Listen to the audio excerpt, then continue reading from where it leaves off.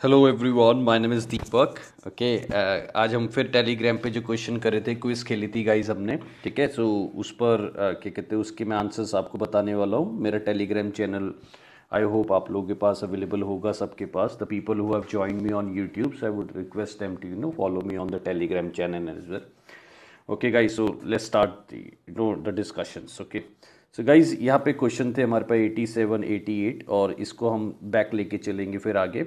तो गाइस, इसमें कुछ नहीं करना है, हमें देखना है कि कौन सा एक जो है राइट क्वेश्चन है। मींस आपको ये देखना है कि इसमें राइट वाला कौन सा है out of these 4 options. Right, चलिए। पहले में देखिए, neither of them is good are they. तो गाइस, पहले तो ये समझिए, नीदर जो होता है वो नेगेटिव होता है। नीदर ऑफ देम जो है, neither, either, neither, any, none, ये हमेशा सिंगुलर होते हैं। लेकिन इनका जब क्वेश्चन टैग बनता है तो वो दे बनता है। ठीक है, तो यहाँ पर नीदर तो ऑलरेडी नेगेटिव था, तो इसका क्वेश्चन टैग पॉजिटिव बना, तो मुझे पहले में ही सही आंसर मिल गया। ये मेरा सही आंसर है। अब बाकी क्यों गलत है एक बार वो और देख लेते हैं हम। Why the other answers are wrong. So either of them is good, तो आइदर तो पॉजिटिव है, तो यहाँ पे आर देना ओके, इसको आर नॉट दे करना था। यानी इसको अगर मैं बोल दूं आरंट दे, तो this is right answer. Okay, so इसलिए ये गलत हो गया। नेक्स्ट वन में देखिए, एवरीथिंग लुक्स, लुक्स पे बनेगा क्वेश्चन टैग, क्योंकि जो हमारी मेन वर्ब है या हेल्पिंग वर्ब है उस पर क्वेश्चन टैग बनता है। तो लुक्स का नेगेटिव होता है डजंट। लुक्स का नेगेटिव क्या होता है? डजंट। तो यहाँ पर आंसर आ रहा था डजंट इट। तो ये इजंट इट जो है वो गलत हो गया। एवरीथिंग लुक्स ब्यूटीफुल का डजंट इट हो गया। और यूज योर ओन माइंड जो है वो एक स्कोल्डिंग है, और स्कोल्डिंग का क्वेश्चन टैग बनता है कांट यू। स्कोल्डिंग का क्वेश्चन टैग क्या बनता है? Can't you. Use your own mind, can't you. तो गाइस, इसमें बहुत सिंपल सी बात है, पहले वाला हमारा आंसर सही था। ठीक है, इसमें आरंट दे कर देना है आपको, इसमें डजंट इट करना है, और इसमें कांट इट करना, कांट यू करना है। तो पहले में हमें आंसर मिल गया। सेकंड वाले पे चलते हैं गाइस। गाइस, बहुत इंपॉर्टेंट है, सेकंड में बहुत एग्जाम में आया है। लुक फॉरवर्ड टू अगर दिख जाए तो इसके साथ आती है वर्ब की फर्स्ट फॉर्म में आईएनजी। कभी भी लुक फॉरवर्ड टू दिख जाए, विद अ व्यू टू दिख जाए, एकस्टम टू, ठीक है, एडिक्टेड टू, ऐसे वर्ड दिख जाए तो ये ध्यान रखना, ये क्या होते हैं, इसमें वर्ब की फर्स्ट फॉर्म में आईएनजी आता है। तो इसका मतलब पहले वाला क्वेश्चन हमारा बिल्कुल सही है। I am looking forward to meeting you. अच्छा, सेकंड क्वेश्चन में क्या है, वो मिस्टेक है, मार्केट नहीं है गाइस, ये मार्कर है। ठीक है, ये मार्कर है। ठीक है, सो जब वो दोनों हैंड में, एवरी तो होता है होलिस्टिक अप्रोच में यूज होता है, तो दोनों हाथ में चाहिए, हर एक हाथ में चाहिए। तो यहाँ पे एवरी हैंड ना आके यहाँ पर क्या आएगा? Each hand. यहाँ पर एवरी हैंड ना आके क्या आएगा? Each hand. अब यहाँ पर देखिए 500 रुपी नोट आएगा, यहाँ पर रुपीज नोट नहीं आएगा, 500 रुपी नोट। क्योंकि अगर आपके पास क्या आती है, नंबर आता है, फिर यूनिट आती है, तो उसका अगला जो नाउन होता है वो सिंगुलर होता है। जैसे आपने सुना होगा 10,000, अगर मैं इसको ऐसे ले लूँ 2 ईयर ओल्ड बॉय, या अगर मैं बोलूँ 5 ईयर कोर्स, कोर्सेज नहीं 5 ईयर कोर्स, तो ये एक तरीके से उस टाइप में चलता है। तो यहाँ पे रुपीज़ नहीं आएगा, यहाँ पे रुपी आएगा। और ना लास्ट में देखिए, we had finish the work after we had met him. तो गाइज, इसमें तो देखिए, जो काम पहले होता है उसको हम बनाते हैं हेड प्लस थर्ड में, और जो काम बाद में होता है उसको हम बनाते हैं V2 में, जब दो काम पास्ट में हो रहे हो। तो यहाँ पर तो ये बोलना चाहता है कि जब मैं अपना काम खत्म कर चुका था, लेकिन कब? तुम्हारे मिलने के बाद। तो यहाँ पर ये सेंटेंस जो बनेगा ना, ये ऐसे बनेगा, we finished the work, we finish the work, ठीक है, after we had met him. तो यहां पर आफ्टर वाले के बाद हैड आएगा, क्योंकि आफ्टर वाला काम जो है वो पहले हुआ है। तो मैं बोलूंगा we finish the work after we had met him. हमने अपना काम खत्म किया कब? उसको मिलने के बाद। तो उसको मिलने के बाद हमारा काम खत्म हुआ है, तो पहला काम हमारे पास हुआ है कि हम उससे मिले हैं। तो यहाँ पर after we had met him आएगा, यहाँ पर वी मेट हिम नहीं आएगा। राइट, सो गाइज, एक बार एरर देख लेते हैं। ये सही था, इसमें ईच आना चाहिए था, इसमें रुपी आना चाहिए था, और इसमें after we had met him. Guys, तो ये हमने तीनों ले लिए। अब हमारे में दोनों में फर्स्ट आंसर करेक्ट था। Okay, so we are moving to the next one. आ जाते हैं नेक्स्ट पे, और जल्दी जल्दी देख लेते हैं ताकि हमारे को दिक्कत ना आए। चलिए गाइस, 90 में देखिए, एक वर्ब बता देता हूँ। एक होती है लाई। लाई का मतलब होता है झूठ बोलना। उसकी सेकंड फॉर्म होती है लाइड, और थर्ड फॉर्म होती है लाइड। ठीक है, ये कब होती है? जब कोई झूठ बोलता है, लिख लीजिएगा, जब कोई झूठ बोलता है। और एक लाई होता है लेटना, उसकी सेकंड फॉर्म होती है ले, और थर्ड फॉर्म होती है लेन, लाई ले लेन। और एक वर्ब होती है ले, जिसका मतलब होता है अंडे देना, किसी पे कोई चीज़ रखना टाइप में। इसकी जो सेकंड फॉर्म होती है वो होती है लेड, और थर्ड फॉर्म होती है लेड। ये ध्यान रखना। लाई लाइड लाइड, जब झूठ बोले। लेटने के लिए लाई ले लेन, इसको बच के रहिएगा। देखो लेन ले, ले जो है लाई लेटने की सेकंड फॉर्म है, लेड जो है वो अंडा देने की, और लाइड जो है झूठ बोलने की। तो ये तीनों अलग ध्यान रखिएगा ताकि कंफ्यूजन ना हो। ठीक है, तो अब इस पे क्वेश्चन देखते कैसे आते हैं। देखिए, लाई अगर आ रहा है तो लाई का लेटना भी हो सकता है, लाई का झूठ बोलना भी होता है। अगर लाई का झूठ बोलना सेकंड फॉर्म में ले जाओगे तो लाइड बन जाएगा, सेकंड फॉर्म अगर लेटने को ले जाओगे तो ले बन जाएगा। ठीक है, ये सब देखिएगा। वो बोल रहा है she has lied in the bed, तो गाइज लाइड तो झूठ बोलना होता है, तो ये तो गलत हो गया। बिस्तर में लेटा हुआ है, तो वैसा तो है नहीं बिस्तर में 2 घंटे से झूठ बोल रहा है वो, है ना, ये तो गलत हो जाएगा। अब देखिए, वो कह रहा है she has lain in the bed. अब मैंने एक वर्ब बताई थी लाई की सेकंड फॉर्म हो गई ले, और थर्ड हो गई लेन। तो इसका मतलब क्या है? हैज़ के साथ हमेशा थर्ड फॉर्म आती है गाइज, हैज़ प्लस वर्ब की थर्ड फॉर्म। तो इसका मतलब अगर मैं लूँ तो ये आंसर मुझे सही लगा है बिल्कुल। She has lain in the bed for 2 hours. अब देखो, she has laid in the bed for 2 hours, laid तो हो गया अंडे देना टाइप में, तो मुझे नहीं लगता 2 घंटे से वो अंडे दे रहा है बेड पे। ठीक है, तो ये ऑप्शन भी गलत हो जाएगा। और शी हैज़ लेड डाउन, तो गाइज लेड डाउन तो वो होता है जैसे कोई अपनी जान कुर्बान नहीं कर देते। और वैसे भी लेटने की थर्ड फॉर्म लेड भी नहीं है, लेटने की थर्ड फॉर्म लेड भी नहीं है, और लेटने की थर्ड फॉर्म लाइड भी नहीं है। तो अगर मैं लेटने की बात करूं तो गाइज ना तो ये फॉर्म है, ना ही ये फॉर्म है, और ना ही ये फॉर्म है। तो ये तीनों जो है गलत हो गए। हमारे पास बी ऑप्शन आ गया आंसर। ठीक है, ये ध्यान रखिएगा। चलिए, अब इसमें देखते हैं गाइस। पहले तो एक छोटी सी बात ध्यान रख लेना, हु जो है वो सब्जेक्ट्स के लिए आता है, हुम जो है वो ऑब्जेक्ट्स के लिए आता है। जब आप क्वेश्चन पूछोगे और सब्जेक्ट आंसर आता है तो हु लगा देना, जब आप क्वेश्चन पूछोगे और ऑब्जेक्ट आंसर आता है तो हुम लगा देना। पहले में पूछ कर देखिए, she is one of the professor whom I think is a mathematician. तो whom I think is a mathematician मतलब जिसको मैं सोचती हूँ मैथमेटिशियन है, I think he is a mathematician. यानी यहाँ पर जो आपको आंसर मिलेगा तो वो क्या आएगा? आई think he is a mathematician.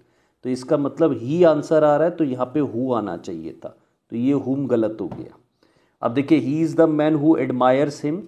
अब हु एवरीवन एडमायर्स, अब यहाँ पर ये समझिए, who everyone admires, so everyone admires he या एवरीवन एडमायर्स हिम।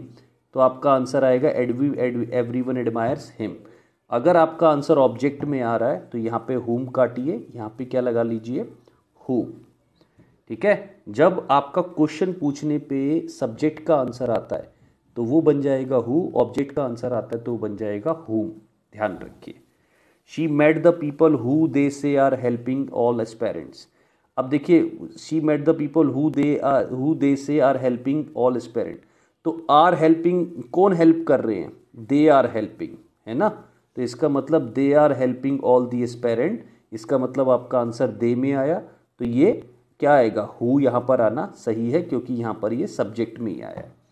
तो थर्ड ऑप्शन जो है आपका वो सही लग रहा है। और who did you fight with, तुमने किससे फाइट करी? तो आपका आंसर आएगा आई फॉट विद हिम। तो इसका मतलब यहाँ पर आपका ऑब्जेक्ट आंसर आ रहा है, और ऑब्जेक्ट आंसर आ रहा है तो इसको काटिए, यहाँ पर हुम कर दीजिए।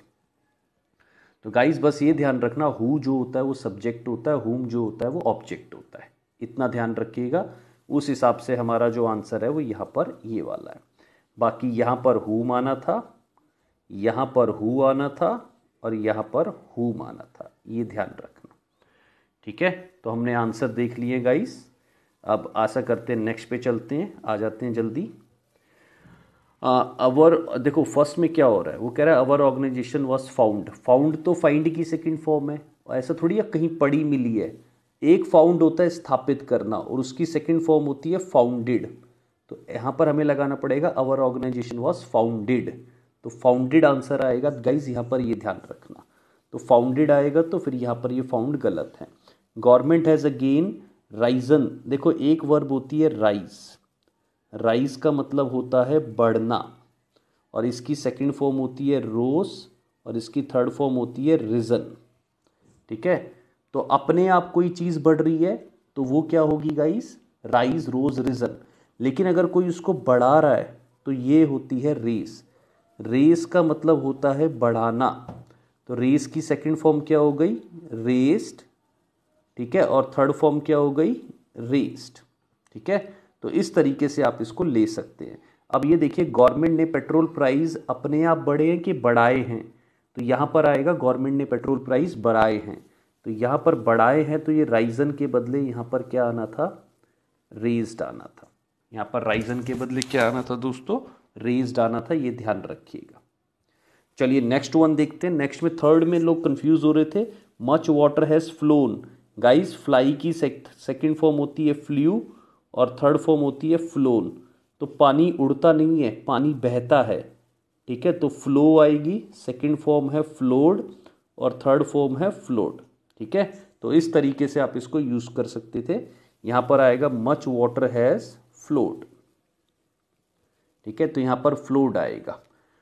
और नेक्स्ट में देखिए, अब एक ही ऑप्शन बचा है तो इसका मतलब वही सही होगा हमारा। लाई की मैंने बोला था सेकंड फॉर्म क्या है, ले, और थर्ड फॉर्म क्या है, लेन। तो वो ग्रास पर सनशाइन को एंजॉय करता हुआ लेट गया, तो इसका मतलब ये पास्ट टेंस में बात हो रही है, ये सेंटेंस बिल्कुल सही है। या लेटने की सेकंड फॉर्म इस्तेमाल हो रही है, ये सेंटेंस सही है, ये तीनों गलत हैं। ठीक है, सॉरी। चलिए, यहां पर क्या गलती थी, फाउंडेड, यहां पर क्या थी, रेस्ड, यहां पर क्या थी, फ्लोट, ध्यान रखिएगा। चलिए, nobody is allowed to fall the tree. अब देखिए, फॉल और फेल में क्या फर्क है। फॉल का मतलब होता है गिरना, और फेल का मतलब होता है गिराना। ठीक है, फॉल की सेकंड फॉर्म फेल होती है, और थर्ड फॉर्म फॉलन होती है। ठीक है, और फेल की सेकंड फॉर्म होती है फेल्ड, और थर्ड फॉर्म होती है फेल्ड, ध्यान रखना। फॉल की सेकंड फॉर्म फेल, फॉलन, और क्या कहते हैं, अगर मैं लूँ फेल की सेकंड फॉर्म फेल्ड और फेल्ड। तो यहाँ पर एक चीज़ समझिए, वो कह रहा है किसी को भी ट्री जो है फॉरेस्ट में गिराने की इजाज़त नहीं है, तो यहाँ फॉल ना आके क्या आएगा, फेल आएगा। Nobody is allowed to fell the tree in the forest, तो यहाँ पर ये जो है ये गलत था। The bridge was blowed up. अब एक चीज़ और ध्यान रखिए, एक हमारे पास फॉर्म होती है ब्लो, सेकेंड फॉर्म होती है ब्ल्यू, और थर्ड फॉर्म होती है ब्लोन। ठीक है, तो यहाँ पर ब्लोड कोई वर्ड नहीं है, यहाँ पर क्या होना चाहिए था, ब्लोन अप। यहाँ पर क्या होना चाहिए था guys, blown up. The bridge was blown up. Blowed up नहीं होता है, ये ब्लोन अप होता है। ब्लो, ब्ल्यू और ब्लोन, ध्यान रखिएगा, ये क्वेश्चंस कई बार बहुत दिखते हैं पेपरों में। तो इसका मतलब यहाँ पर ब्लोड के बदले ब्लोन आना चाहिए था। और पुअर वुमेन ले द कैटल। अब देखो, ले तो रखना यहाँ पर बोल रही है, वो कह रहा है कि उसने फायर पे कैटल रखी और बाहर चली गई। तो मैंने बोला था रखने के लिए जो फर्स्ट फॉर्म है वो तो ले है, उसकी सेकंड फॉर्म क्या है, लेड, और थर्ड फॉर्म क्या है, लेड। और अगर गाइज ये पास्ट में बात हो रही है तो इसका मतलब ये है कि यहाँ पर ले नहीं आ सकता, क्योंकि पुअर वुमेन तो सिंगुलर है, तो सिंगुलर के साथ कम से कम जो है वो एस या ई एस आता है, लेज आता है ना। तो यहाँ पर जो है पास्ट में लगाना है आपको, ये ध्यान रखना, ये क्या आएगा, laid. Poor women laid the kettle on the fire outside. तो इसका मतलब यहाँ पर आपको दिख गया फेल, यहाँ पर आपको दिख गया ब्लोन, और यहाँ पर आपको क्या दिख गया, लेड। इसका मतलब नेक्स्ट वाला हमारा बिल्कुल सही है। तो peeled old garage he failed a very old tree. Failed जो है वो फेल की सेकंड फॉर्म है, तो गिराना। उसने गैराज को बनाने के लिए क्या करा, एक पुराने ट्री को गिरा दिया। तो इसका मतलब यहाँ पर ये आंसर बिल्कुल सही है। गाइज मुझे लगता है आपको ये समझ आ रहे होंगे। ठीक है, कमेंट्स में मुझे बताइएगा how did you like this video. Please spread it to other people as well, so that they can also get the understanding of these integrated concept. Guys आज मैंने क्विज खेली, I was little bit disappointed that we could not score very good, but yeah, I believe there is always a learning attached to everything, so we'll learn so many things from this video, from this small video. I'm just trying to give you the best possible idea. Okay, so just keep on learning. next पे चलते हैं guys। हाँ जी, the inflation rate. अब देखिए, inflation rate, अब race तो होता है बढ़ाना, है ना। रेस की सेकंड फॉर्म हो गई रेस्ड, और थर्ड फॉर्म हो गई रेस्ड। तो गाइज ये बढ़ाई नहीं है किसी ने, इन्फ्लेशन रेट अपने आप बढ़ती है। तो अपने आप बढ़ने के लिए जो होती है वो होता है राइज। अपने आप बढ़ने के लिए क्या होता है? राइज। और इसकी फॉर्म क्या होती है? रोज। और थर्ड फॉर्म क्या होती है? रिजन। तो इसका मतलब यहाँ पर जो आंसर आएगा, द इन्फ्लेशन रेट रेज्ड नहीं आएगा, इन्फ्लेशन रेट आएगा रोज। तो पहला हमारा गलत हो गया, रेज्ड ना के रोज टू 10%। चलिए नेक्स्ट में एक तो देखो, एक होता है विंड, हवा होती है, एक वाइंड भी बोलते हैं। वाइंड मतलब होता है चाबी भरना, इसको मैं बोलूँगा चाबी भरना। ठीक है, इसकी सेकंड फॉर्म होती है वुंड और थर्ड फॉर्म होती है वुंड। और एक वुंड होता है घाव, एक वुंड क्या होता है गाइस? घाव, है ना। और उसका सेकंड फॉर्म होता है वुंडेड और थर्ड फॉर्म होता है वुंडेड। ठीक है, थर्ड फॉर्म क्या होता है? वुंडेड। तो अगर मैं यहाँ पर लूँ तो यहाँ पर आप देखेंगे वो क्या बोलना चाह रहा है, वो कह रहा है उसने क्लॉक को लास्ट वीक है तो पास्ट की बात हो रही है, इसका मतलब वाइंड की सेकंड फॉर्म क्या आएगी? वुड, है ना, वाउंड बोलेंगे वैसे इसको। ठीक है, तो यहाँ पर ये जो आंसर है ये बिल्कुल सही है, यहाँ पर हमें रोज करना था। ठीक है, चलिए अब देखो, एक होता है हैंग, उसकी सेकंड फॉर्म होती है हंग, थर्ड फॉर्म होती है हंग। एक होता है हैंग, उसकी सेकंड फॉर्म होती है हैंग्ड और थर्ड फॉर्म भी होती है हैंग्ड। तो गाइज ये वाला तो होता है जो खूंटे पे हम कुछ टांगते हैं, दरवाजे के पीछे टांगते हैं, है ना, शर्ट वर्ट को टांगना। और एक हैंग जो होता है वो होता है फांसी पे लटकाना, उसकी सेकंड फॉर्म होती है हैंग्ड और थर्ड फॉर्म होती है हैंग्ड। तो यहाँ पर एग्जीक्यूशनर ने हंग नहीं करा, यहाँ पर उसने क्या करा है? हैंग्ड करा है। ठीक है, तो यहाँ पे हंग के बदले क्या आ जाएगा? हैंग्ड आ जाएगा। ये DSSB में अभी आया था बहुत रिसेंट में।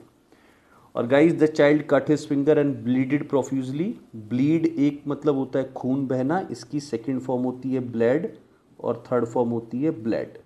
तो इसका मतलब ब्लीडेड कोई वर्ड नहीं है, ब्लीडेड के बदले आपको क्या लगाना था? ब्लड, ये ध्यान रखना।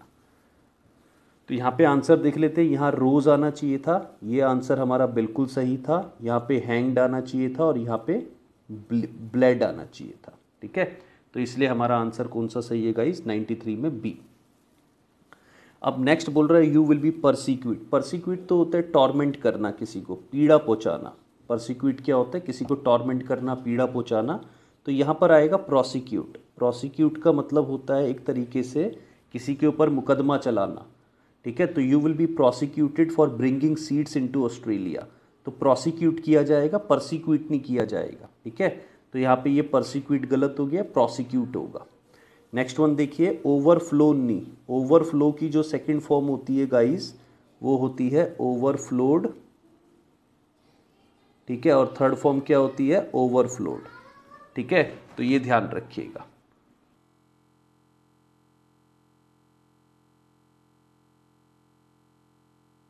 चलिए, तो यहाँ पर अगर मैं बोलूँ तो यहाँ पर आपका ओवरफ्लोन के बदले ओवरफ्लोड आएगा, ये ध्यान रखिएगा। अब देखिए, ग्राइंड का मतलब होता है पीसना। ग्राइंड की सेकंड फॉर्म होती है ग्राउंड और थर्ड फॉर्म होती है ग्राउंड। तो इसका मतलब ये दोनों जो है ये ठीक है। यहाँ पर coffee seeds are dried and roasted before they are ground, इसका मतलब उन्हें पीसा जाता है। तो ये वाला जो लाइन है गाइस ये वाली ठीक है। और देखिए, we are so tired let's lay in the grass. अब देखिए, मैंने बोला था लाई का मतलब झूठ बोलना भी होता है, लेटना। लाई की सेकंड फॉर्म होती है ले और थर्ड फॉर्म लेन, अगर आप लेटने की बात कर रहे हैं। और लेट्स के साथ हमेशा क्या आता है गाइस? फर्स्ट फॉर्म आती है। तो यहाँ पर लेट्स ले नहीं होगा, यहाँ पर लेट्स लाई होगा, यानी लेट जाते हैं, चलो आओ लेट जाते हैं in the shade for a while. तो यहाँ पर जो है वो लाई होगा, ले नहीं होगा, ये प्लीज़ याद रख लीजिएगा। ठीक है, तो ये सब बातें आपको याद रखनी है, ये सब छोटी मोटी बातें। चलिए नेक्स्ट पे चलते हैं, एक बार मैं फिर से बता देता हूँ। यहाँ पे प्रोसिक्यूट होगा, यहाँ पे ओवरफ्लोड होगा, ये वाला ग्राउंड बिल्कुल ठीक है, और यहाँ पे ले के बदले क्या होगा? लाई होगा। बस इतना ध्यान रखिए। चलिए आ जाते हैं नेक्स्ट पे, मूव करते हैं गाइस। आज बहुत क्वेश्चन है इसके अंदर यार। चलिए, सिंस है तो ये मे की बात कर रहा है, इसका मतलब मे से लेके अभी तक। तो पास्ट में बात नहीं हो सकती, इसको ऐसे बोलना चाहिए आई हैव सीन हिम, क्योंकि प्रेजेंट में बात करनी है guys. I have seen in a couple of time since में, क्योंकि गाइस फिर बोल रहा हूँ सिंस में मतलब तब से लेके अभी तक, तो I have seen a couple of time since में, तो यहाँ पर वो आएगा। मैंने बोला था लुकिंग फॉरवर्ड के साथ हमेशा वर्ब की फर्स्ट फॉर्म में आईएनजी आएगा, तो यहाँ पे टू हियर के बदले क्या आना था, टू हियरिंग। टू हियर के बदले क्या आना था गाइस, टू हियरिंग, तो यहाँ पर ये गलत हो गया। ठीक है, चलिए। गोरी told me his name after he had left. अब देख लो, मैंने बोला था जब दो काम पास्ट में हो रहे हैं तो पहले वाला हमेशा हैड थर्ड बनेगा, और दूसरे वाला हमेशा ध्यान रखना फर्स्ट को आप बनाइए हैड थर्ड में जब दो काम पास्ट में हो रहे हैं। ठीक है, और सेकंड वाला जो काम है उसको बनाइए आप हमेशा V2 में। और आपने बहुत सुना है पेशेंट के आने से पहले, नहीं डॉक्टर के आने से पहले पेशेंट मर चुका था, मेरे स्टेशन पहुंचने से पहले ट्रेन जा चुकी थी, सिनेमा हॉल पहुंचने से पहले मूवी शुरू हो गई थी। तो आपको वो ध्यान रखना है कि you have to make English, जो फर्स्ट वर्क है उसको हेड में बनाना है। अब देखिए गोरी ने अपना नाम तो बताया, लेकिन उसके जाने के बाद तो पहले वो गया है फिर गोरी ने नाम बताया, तो इसका मतलब ये वाला हेड लेफ्ट ठीक है और उसके बाद गोरी ने अपना नाम बताया, ये लाइन सही है। ठीक है, ये लाइन सही है। और एक कंडीशनल याद कर लेना, अगर इफ़ के बाद सब्जेक्ट आता है, हैड आता है, वर्ब की थर्ड फॉर्म आती है, हैड आता है वर्ब की थर्ड फॉर्म, तो फिर सब्जेक्ट प्लस में वुड प्लस में हैव प्लस में वर्ब की थर्ड फॉर्म आती है। इसका मतलब शोहन वुड हैव टोल्ड तो आ गया ट्रूथ, यहाँ पे जो हैव है वो हैव ना आके यहाँ पर क्या होना था, हैड होना था। ये पूरा सेंटेंस ऐसे बोला जाएगा, Sohan would have told the truth if you had asked him. Sohan ने ट्रुथ बता दिया होता अगर तुमने उसको कहा होता तो। ठीक है, तो ये ध्यान रखिए। यहाँ पर सॉ ना आके क्या आएगा, हैव सीन। ठीक है, यहाँ पर लुकिंग फॉरवर्ड के साथ टू हियरिंग आएगा, ध्यान रखना। थर्ड वाला हमारे पास क्लियर है और यहाँ हैव के बदले सिर्फ हैड आएगा। तो ये गलतियां गाइस आज हम कर रहे थे, ये ध्यान रखना। चलिए नेक्स्ट में देखिए गाइस, यहाँ पे बोल रहा है आई आस्क्ड हिम, तो ये पास्ट हो गया। और यहाँ पे बोल रहा है वाई, तो दोस्तों यहाँ पे ना फुल स्टॉप लगा हुआ है, इसका मतलब यहाँ पे ये स्टेटमेंट बन रही है। तो यहाँ पे वाई डिड ही कॉल मी नहीं आएगा, इसको सीधा आप ऐसे बोलिए वाई ही कॉल्ड मी, क्योंकि यहाँ पर क्वेश्चन नहीं पूछ रहा वो, है ना। I asked him what your name was, ठीक है, तो और WH आ गया, तो बस सीधा यहाँ पर क्वेश्चन पूछ रहा है। जब आप नरेशन चेंज करते हो तो इसी तरीके से चेंज करते हो, ठीक है ना। यहाँ पर डिड ना आके यहाँ पे सीधा बोलेंगे I asked him why he called me a stupid, तो यहाँ पे डिड हट जाएगा क्योंकि क्वेश्चन नहीं है, ये स्टेटमेंट बन रही है। और गाइज अगर पीछे वर्ब की सेकेंड फॉर्म आती है और आपने कभी नरेशन करा है तो विल जो है वो किस में बदल जाता है, वुड में बदल जाता है। कैन जो है वो किस में बदल जाता है, कुड में बदल जाता है। ये ध्यान रखिए, विल वुड में बदल जाता है, कैन कुड में बदल जाता है। हाँ, अगर मैं इसको यहाँ पर सेड के बदले सेज कर दूँ तो गाइज ये सेंटेंस बिल्कुल ठीक है। He says that he will never repeat the mistake, सही सेंटेंस है। लेकिन अगर पीछे सेड आया तो विल का क्या होगा, यहाँ वुड चेंज हो जाएगा, ये ध्यान रखना। चलिए नेक्स्ट वन लेते हैं। कॉन्फिडेंट टू विन नहीं होता गाइस, कॉन्फिडेंट ऑफ विनिंग होता है, कॉन्फिडेंट ऑफ विनिंग होता है, ये ध्यान रखना, कॉन्फिडेंट टू विन नहीं होता। और लास्ट सेंटेंस हमारा सही है, he has eaten nothing since, क्योंकि अब मैं इसको ऐसे तो बोलूँगा नहीं he has been eating nothing since morning. क्यों, क्योंकि सुबह से कुछ खा नहीं रहा है। अब खाने वाली आदत को हम बहुत लॉन्ग टाइम पीरियड तक तो चला नहीं सकते, तो इसलिए मेरे को यहाँ ही हैज़ ईटन लगाना पड़ेगा। कई लोग यही कहते हैं सिंस और फोर है तो हैज़ बीन ईटिंग क्यों नहीं लगा रहे। गाइज हैज़ बीन ईटिंग का मैं ऐसे बोल सकता हूँ, मैं सुबह से खा रहा हूँ, I have been eating food since morning. Guys थोड़ा सा जचता नहीं है, कई बार वो रूल बेस पे ना चल के उसको सेंस बेस पे भी लगाना पड़ता है। तो इसका मतलब यहाँ पर आंसर जो है वो ये वाला सही है। यहाँ पर क्या मिस्टेक हुई थी, वुड की, यहाँ पर कॉन्फिडेंट ऑफ विनिंग, और यहाँ पे वाई डिड ही कॉल नहीं, वाई ही कॉल्ड, ठीक है ना, वाई ही कॉल्ड, ये ध्यान रखिएगा। चलिए गाइस, 2 क्वेश्चंस और बचे हैं, वो देख लेते हैं एक बार जल्दी से। आ जाइए।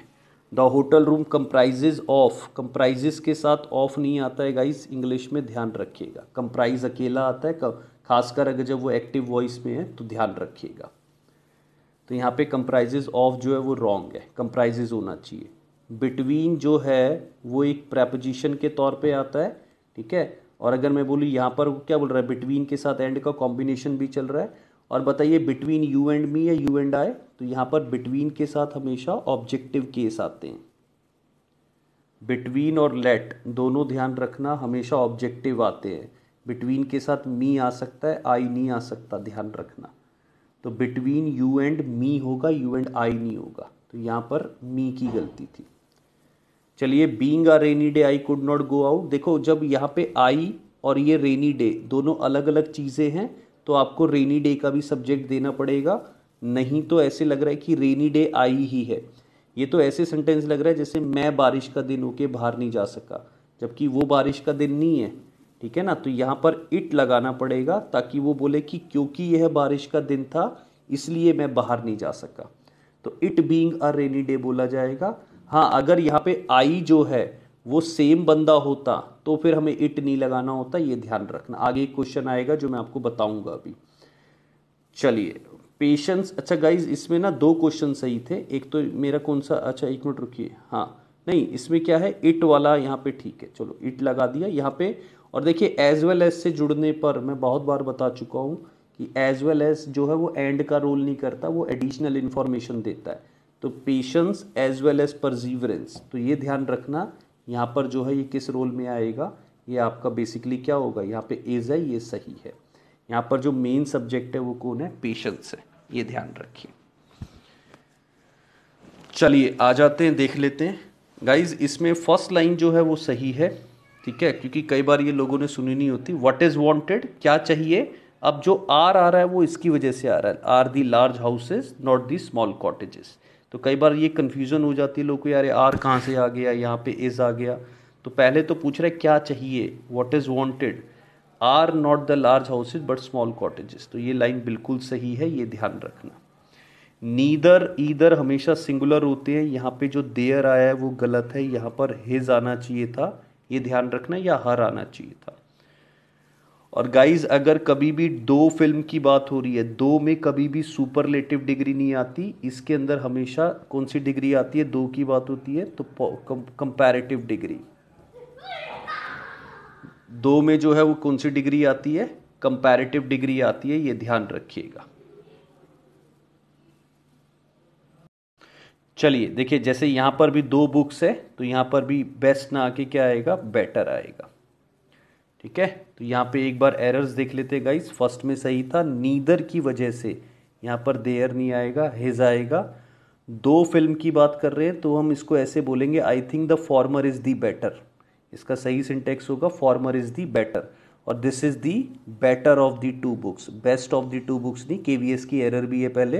This is the better of the two books, तो यहाँ पर बेटर आना चाहिए, यहाँ पर भी बेटर आना चाहिए। यहाँ पे फर्स्ट को फॉर्मर कर देना, ठीक है, और यहाँ पर ये प्रॉब्लम है।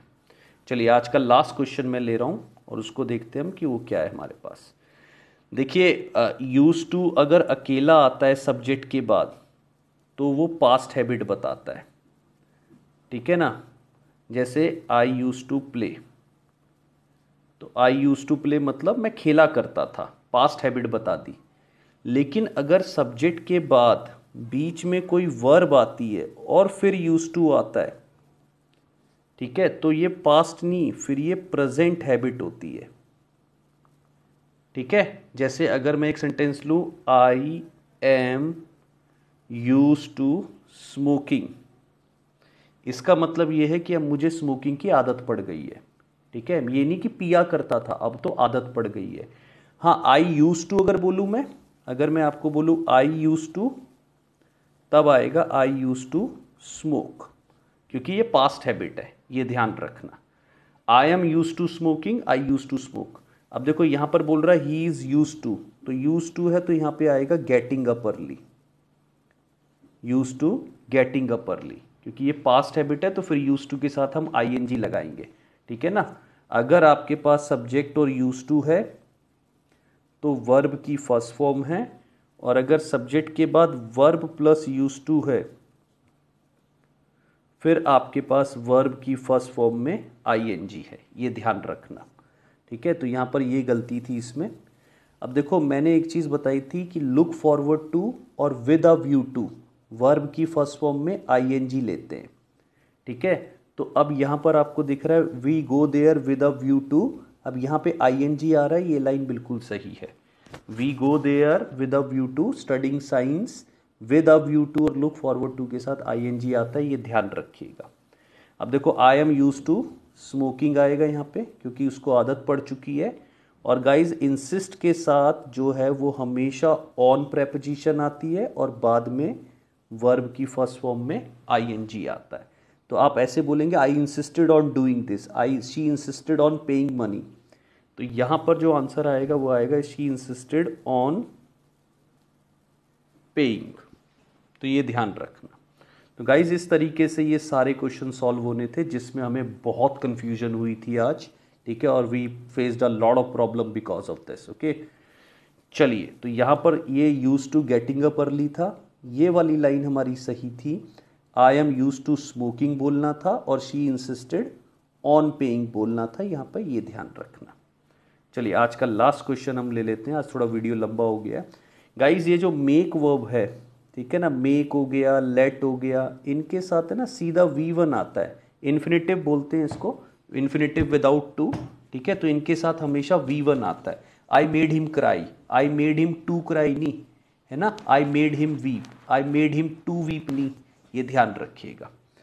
चलिए, यहाँ पर अगर मैं बोलूँ तो यहाँ पर I made him, I made the student write, I made the student write the essay, to write नहीं। और ऐसे ही आ जाएगा the teacher let him go, teacher let him go out, to go out नहीं, let him go out. I made the student write an essay, the teacher let him go out, ये ध्यान रखना। अब गाइस कोई मेरे से पूछ रहा था, आपने बोला था बीइंग के पहले इट लगा दो। अब देखो बीइंग लेट में लेट कौन है, शी ही है, तो इसलिए इसको अलग से सब्जेक्ट देने की जरूरत नहीं है, इट। आप फिर इट बीइंग लेट तो ऐसे हो जाएगा कोई और लेट हो रहा है और शी पनिश हो रही है। हाँ, अगर किसी और के लिए यूज हो रहा है जैसे it being a rainy day, तो रेनी डे तो अलग था ना, और ही जा नहीं सका तो he could not go out, तो दोनों अलग अलग थे। तो यहाँ पर ये ध्यान रखना, बीइंग लेट यानी शी तो लेट और शी को पनिश किया गया, ये लाइन बिल्कुल सही है, ठीक है। और प्रोहिबिट के साथ क्या आता है, फ्रॉम प्लस में ing, my wife prohibited me from going to the market. तो गाइज मैंने बहुत क्विक करके आपको ये बताने की कोशिश की है सारे, एक बार देख लेते हैं। यहाँ पे राइट एरर है, यहाँ पे टू गो ना होके गो आएगा खाली, ये वाली लाइन हमारी सही है। और prohibited him from going there, ये ध्यान रखिएगा। तो गाइज आज मेरी तरफ से इतना ही था। Thank you so much for watching this video. Please spread this video to other people as well, spread the my YouTube channel and the Telegram channel to other people as well, so that they also can get benefit out of it. Okay, so I'm trying my level best to help you out with these small rules which are integral part of any of the competition exams. Guys, English is an integral part of our life. Okay, chaliye, thank you so much for watching this video. Bye bye.